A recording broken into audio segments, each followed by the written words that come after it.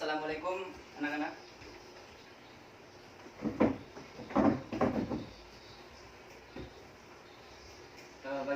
Bagaimana kabarnya kalian hari ini? Alhamdulillah.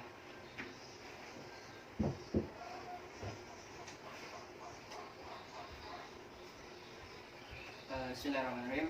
Alhamdulillah kita masih bisa berkumpul di pagi hari ini dengan semangat yang luar biasa, terutama dari anak-anakku sekalian.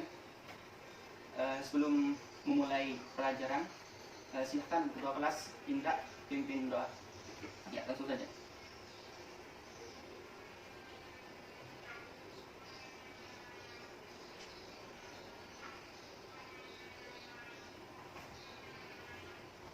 Baik, sebelum mulai saya Bapak absen dulu.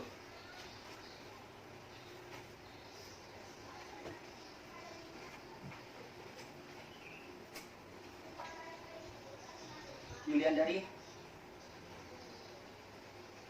Pertiwi, Ani Purwanti, Mira Maulida, Salma Nada, Muskur Nadi, Mingga Octavia, Ayu Saraswati. Hadir semua ya ini? Alhamdulillah. Tentunya semangat seperti ini yang Bapak sangat banggakan sekali. Sebelum masuk ke materi pembelajaran, kemarin kita sudah belajar materi apa? Ya, betul. Minggu kemarin kita belajar materi porifera. Coba Indra, saya mau tahu bagaimana pengingatan Indra tentang materi kemarin. Sebutkan salah satu cirinya, satu saja. Hah? Ya, betul. Salah satu ciri dari hilum porifera yaitu bersel banyak namun berpori. Namanya saja porifera, pasti berpori. Oke, terima kasih Indra. Nah, silakan dibuka materi LKS-nya di halaman 51. Kita masuk ke materi Coelenterata. Apa yang membedakannya dengan porifera? Jawabannya akan kita bahas pada siang hari ini.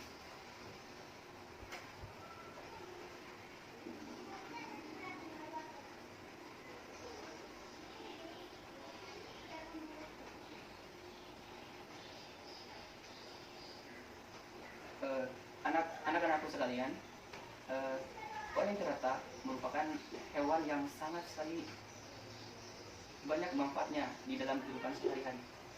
Salah satunya yang dapat kita konsumsi. Apa contohnya? Yaitu ubur-ubur. Ubur-ubur merupakan hewan yang memiliki banyak protein yang kita bisa konsumsi. Nah, sekecil apapun di dunia ini pasti memiliki manfaat. Sama halnya seperti dengan halnya Coelenterata. Coelenterata merupakan hewan yang tidak memiliki tulang belakang, namun terdapat banyak sekali manfaatnya. Nah, kita sebagai manusia harusnya kita bisa bermanfaat bagi orang lain, karena di Al-Quran sudah tertera bahwasanya sebaik-baik orang adalah orang yang bermanfaat bagi orang lain. Nah, dengan materi ini diharapkan anak-anakku sekalian nanti bisa memahami tentang ciri-ciri dari Coelenterata, pembagian kelas dari Coelenterata, dan manfaat dalam kehidupan sehari-hari, mulai dari manfaat yang menguntungkan serta yang merugikan. Baik, kita bahas secara singkat mengenai hilum dari Coelenterata di sini. Nah, sambil dibuka di LKS-nya halaman 51 dan sambil dilihat PPT Bapak, bahwasanya istilah Coelenterata berasal dari bahasa Yunani yang polos berarti rongga, enteron berarti usus. Nah, Coelenterata disebut sebagai hewan yang berongga. Nah, sambil diperhatikan ya. Nah, kita masuk ke materi selanjutnya, yaitu ciri-ciri dari Coelenterata. Nah, yang pasti bentuk tubuh dari Coelenterata tersebut dinamis atau tubuhnya tripoblastik. Nah, itu ciri-ciri yang pertama. Ciri-ciri yang kedua, sebagai maksudnya polip dan medusa. Bentuk tubuhnya, maksud saya, bentuk tubuhnya itu ada dua tipe, ada yang polip, ada yang medusa. Nah, apa itu polip, apa itu medusa? Ada yang tahu? Nah, yang tahu bapak kasih duit, serius, ayo. Nah, nggak ada. Nah, polip maksudnya menempel, sedangkan medusa berenang-renang di atas atau melayang-layang bebas. Nah, next di PPT bisa dilihat ada yang unik dari ciri-ciri Coelenterata di sini. Coelenterata pada umumnya tidak memiliki anus, dia hanya memiliki rongga mulut di sekitar bagian mulutnya. Namanya juga mulut, pasti di depan, pasti di posisinya di mulutnya. Nah, ciri-ciri yang lain pada kelas tertentu terdapat sebuah tentakel. Apa fungsi tentakel tersebut? Fungsi tentakel sebagai alat gerak dari Coelenterata. Oke, next. Sebelum lanjut ke pembagian kelas dari film Coelenterata, Bapak mau tanya terlebih dahulu, bagaimana Coelenterata mencari makan? Ada yang bisa menjawab? Nggak ada. Cara mendapatkan makan.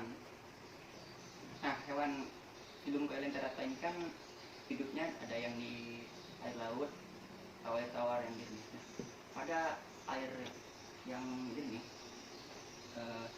Coelenterata untuk mendapatkan makanan dia menggunakan tentakelnya dan akan mengeluarkan racun. Nah, ketika sudah mengeluarkan racun, nah, makanannya tersebut misalnya seperti jentik-jentik atau hewan-hewan mikro kecil lainnya, makanan tersebut akan dibawa ke mulut.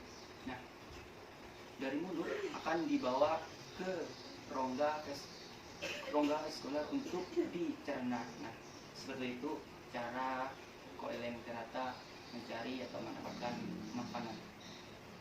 Next, kita lanjut ke klasifikasi Coelenterata. Klasifikasi Coelenterata terbagi menjadi 3 kelas. Yang pertama, Hydrozoa, Anthozoa, Scythozoa. Baik, yang pertama kita bahas Hydrozoa. Sambil dilihat di PPT, Hydrozoa secara berasal dari bahasa Yunani hydro yang berarti air, zoon yang berarti hewan. Nah, berarti Anthozoa ini merupakan hewan yang di air. Adapun ciri-cirinya hidup di, maksud saya ada yang hidup soliter, ada yang berkoloni. Jadi kelas ini hidupnya berkoloni atau berkumpul di satu titik tertentu. Nah, untuk siklus hidupnya terdiri dari polip dan medusa. Berarti sudah lengkap, berarti ada yang ketika waktu kecil dia polip, sedangkan waktu dewasa dia medusa. Ciri-ciri yang lainnya, rongga gastrovaskulernya tidak dilengkapi stomatium dan mesenterium maupun sel-sel belakang. Gonadnya ditemukan dalam lapisan epidermis. Nah, berarti gonadnya pada kelas Hydrozoa ini terdapat di lapisan epidermis. Nah, sambil dibaca di bukunya itu sudah banyak sekali penjelasan-penjelasan mengenai kelas Hydrozoa itu sendiri. Selanjutnya kita ke kelas yang kedua, yaitu kelas Scyphozoa. Scyphozoa disebut sebagai hewan yang bentuk tubuhnya menyerupai mangkok. Mangkok, tahu mangkok kan? Ya, bentuk bulat dan umumnya melayang-melayang di air laut. Nah, contohnya ubur-ubur. Kita lihat ubur-ubur Ubur-ubur kalau dilihat secara morfologis maka bentuknya seperti payung.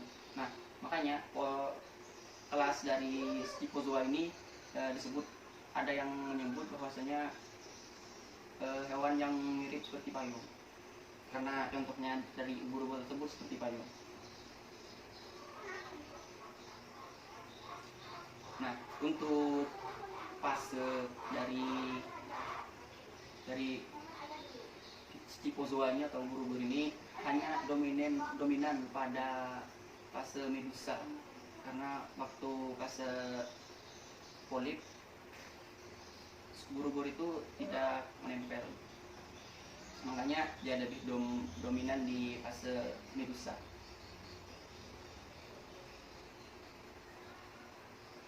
Nah, tadi kan saya sudah sebutkan contohnya, yaitu ubur-ubur.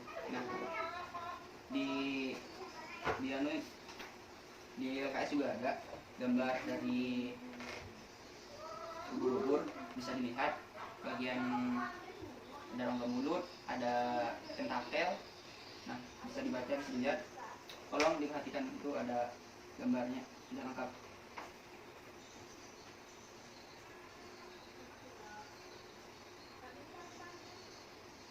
Oke, selanjutnya kita bahas yang kelas ketiga.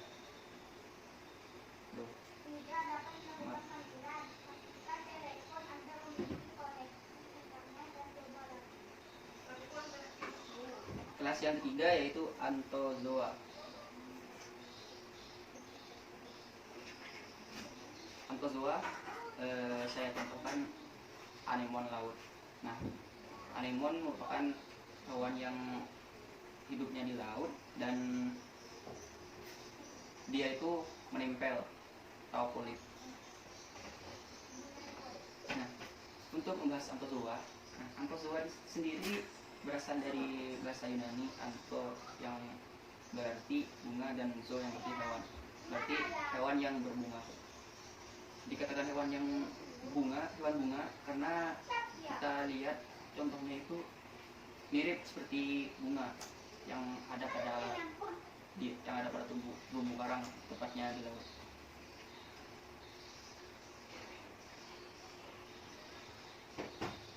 Nah, untuk tubuh Anthozoa tersendiri memiliki susunan yang terdiri dari kalsium karbonat. Nah, sedangkan rongga gastrovaskularnya mempunyai sekat yang mengandung nematofis. Nah, yang saya contohkan tadi seperti anemon laut, bahwasanya karang batu atau karang kapur dan karang cambuk itu yang terdapat di air laut pada kelas Anthozoa ini sendiri. Nah, untuk reproduksinya ada yang seksual, ada yang aseksual. Silahkan dibaca untuk lebih lanjut mengenai reproduksinya di halaman 53.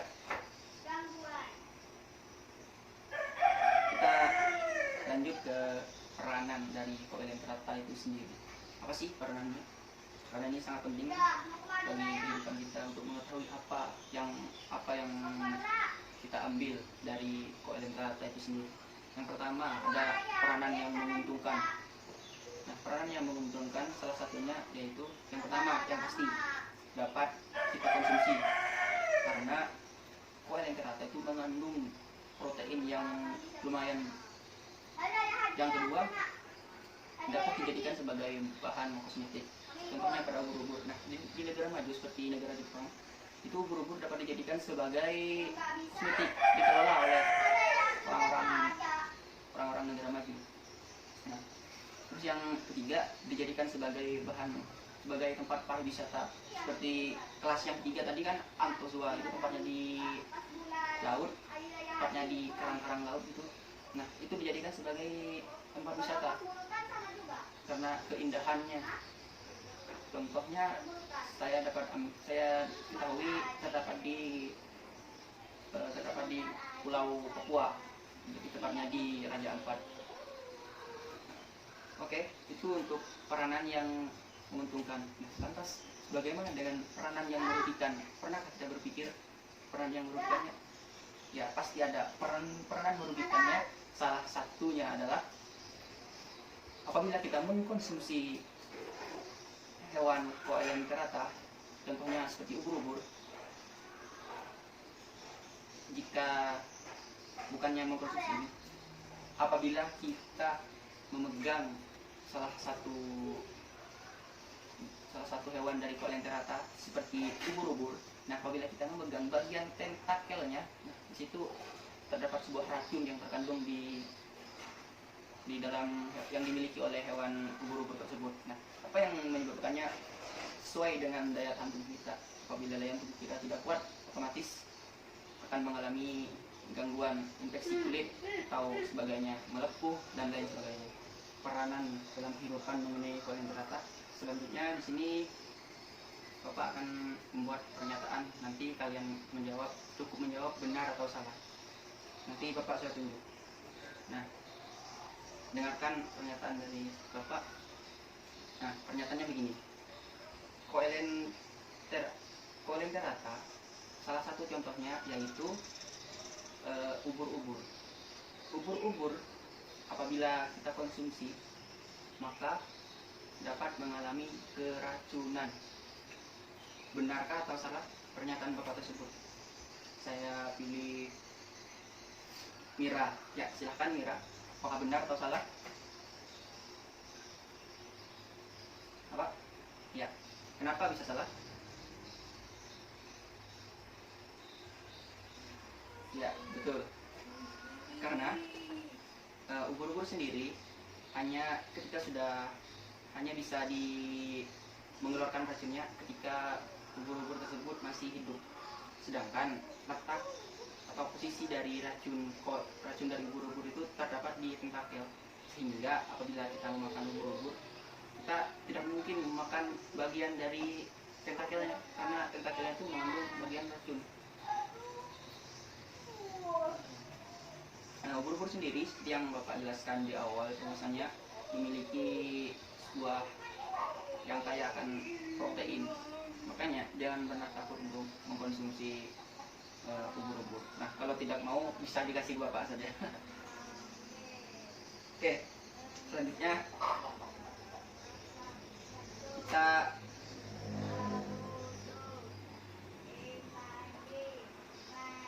kita buat kelompok terlebih dahulu. Masing-masing satu kelompok terdiri dari 5 orang. Ini kan jumlahnya 30. Nah, silakan bagi menjadi 50. Sesuai daftar hadir aja. Kan nomor absen 1 sampai absen 5 itu kelompok 1. Nomor absen 6 sampai 10 itu kelompok 2 dan seterusnya. Ya, silakan.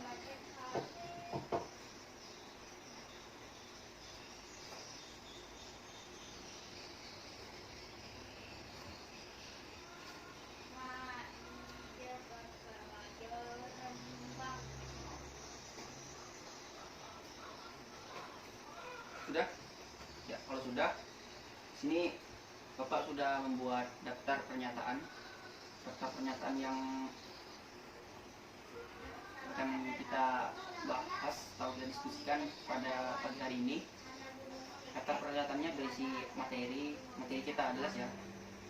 Nanti satu kelompok akan merupakan satu pernyataan, di mana nantinya kalian akan diminta untuk membacakan pernyataannya dan kelompok lain menjawabnya benar atau salah, disertai dengan alasan yang berlas atau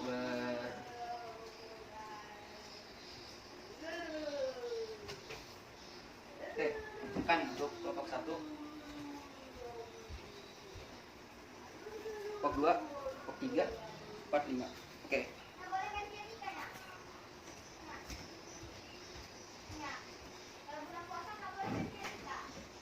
Sambil didiskusikan pernyataan tersebut benar atau salah.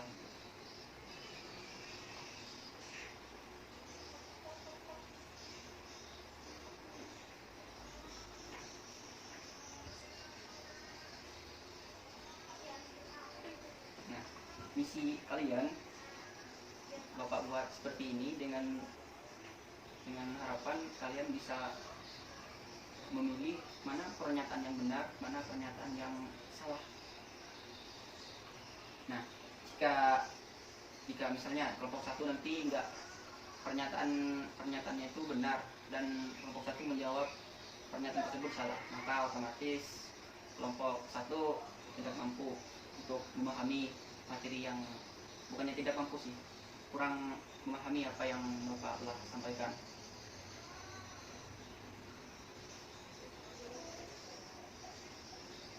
Nah, silahkan diisi benar atau salah pernyataan tersebut.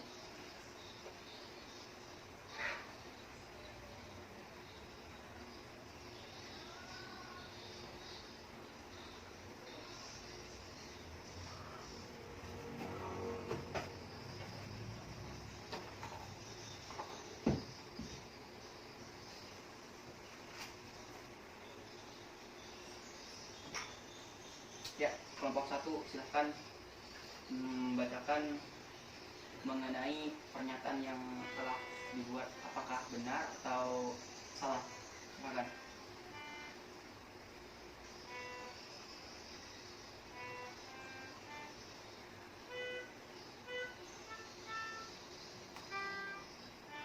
Ya, perwakilan.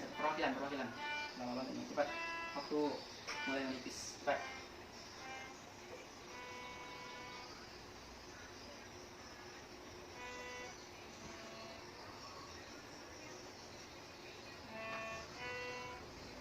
Benar, ya. Benar pernyataan tersebut. Karena apa? Karena ciri-ciri polip itu menempel, sedangkan medusa itu fase dewasa yang telah melayang-layang di air. Nah, polip sendiri dikategorikan sih, lebih dominan hidupnya itu berkoloni satu sama lain, seperti anemon laut tadi yang Bapak contohkan itu kan hidupnya berkoloni atau berkumpul di satu titik tertentu, sehingga hewan dari anemon itu hidupnya menempel atau disebut dengan polip. Oke, itu dari kelompok satu. Dari kelompok dua, benarkah atau salah pernyataan yang telah dibuat? Salah? Ya, silakan sertakan alasannya kenapa pernyataan tersebut salah. Oke, perwakilan satu orang. Ayo, sebelum Bapak tunjuk, silakan. Oh ya, Ani, silakan Ani.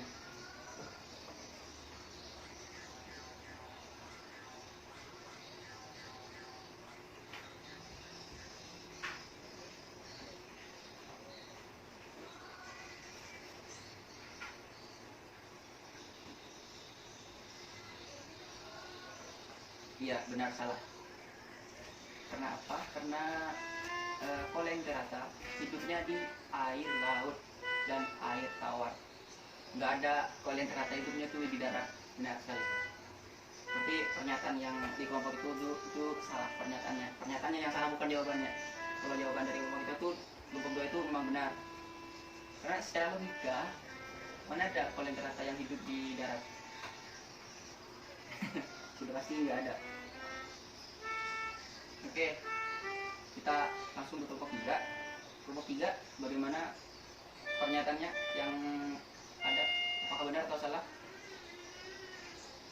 Ya, kalau benar silahkan disertakan alasannya, sampaikan pendapatnya seperti apa.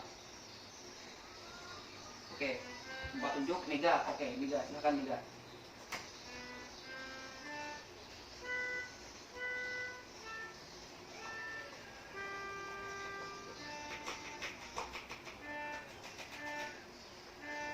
Ayo, Mega. Ya, ya.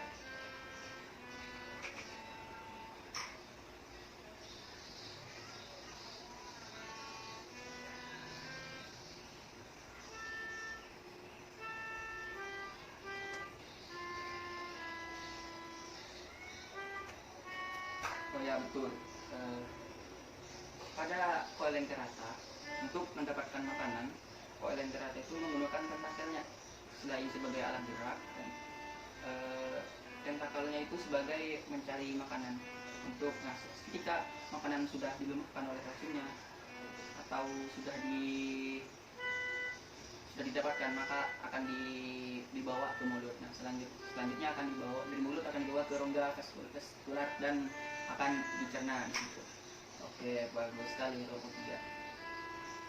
Yang keempat dong, sudah siap kan? Ya, silakan kelompok 4, benarkah atau salah pernyataan itu?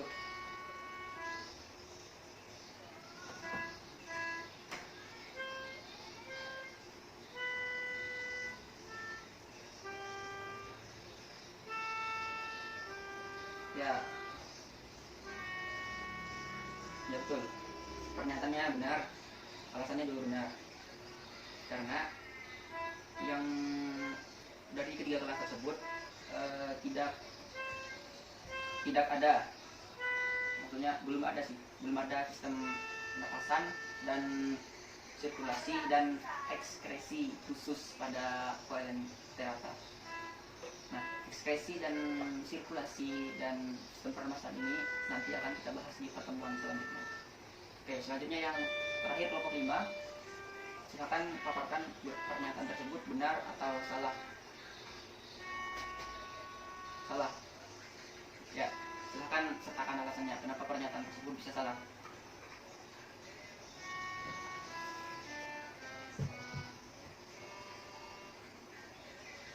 Ya.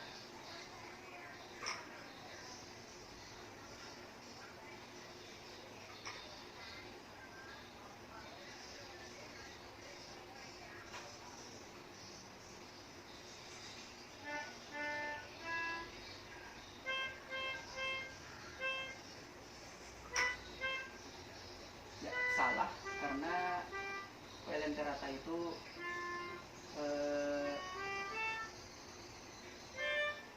dapat bereproduksi dengan dua cara, yaitu seksual dan seksual dengan seksual. Ya.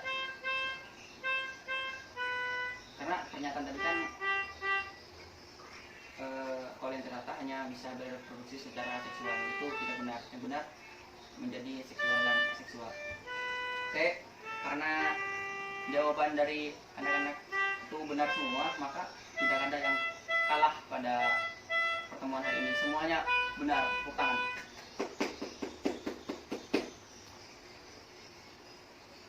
Nah,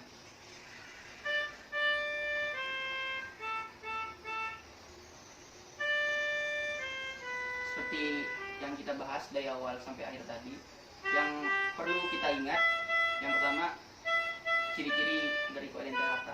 Ciri-cirinya, nah yang harus kalian ingat, polip dan medusa. Polip itu menempel, sedangkan medusa sudah melayang-layang bebas di udara, di laut. Oke, yang kedua, belum ada sistem pernapasan, sirkulasi dan belum ada sistem pernapasan dan sirkulasi. Yang ketiga itu apa tadi? Belum tubuh tersusun secara triploblastik. Umumnya memiliki alat gerak seperti tentakel yang bisa digunakan untuk mencari makanan. Nah, itu ciri-ciri umum dari Coelenterata. Sedangkan pada kelasnya itu terbagi menjadi 3 kelas: Anthozoa, Scyphozoa, dan Hydrozoa. Nah, untuk peranannya ada yang menguntungkan, ada yang merugikan. Nah, kita sebagai manusia pasti dong ada yang menguntungkan, bersama teman itu pasti ada yang menguntungkan, ada yang merugikan. Nah, kalian ada di posisi mana? Jangan sampai ada di posisi yang merugikan. Oke, terima kasih. Sebelum menutup pembelajaran pada pagi hari ini, alangkah lebih baiknya kita berdoa dengan membaca hamdalah. Alhamdulillahirabbil alamin.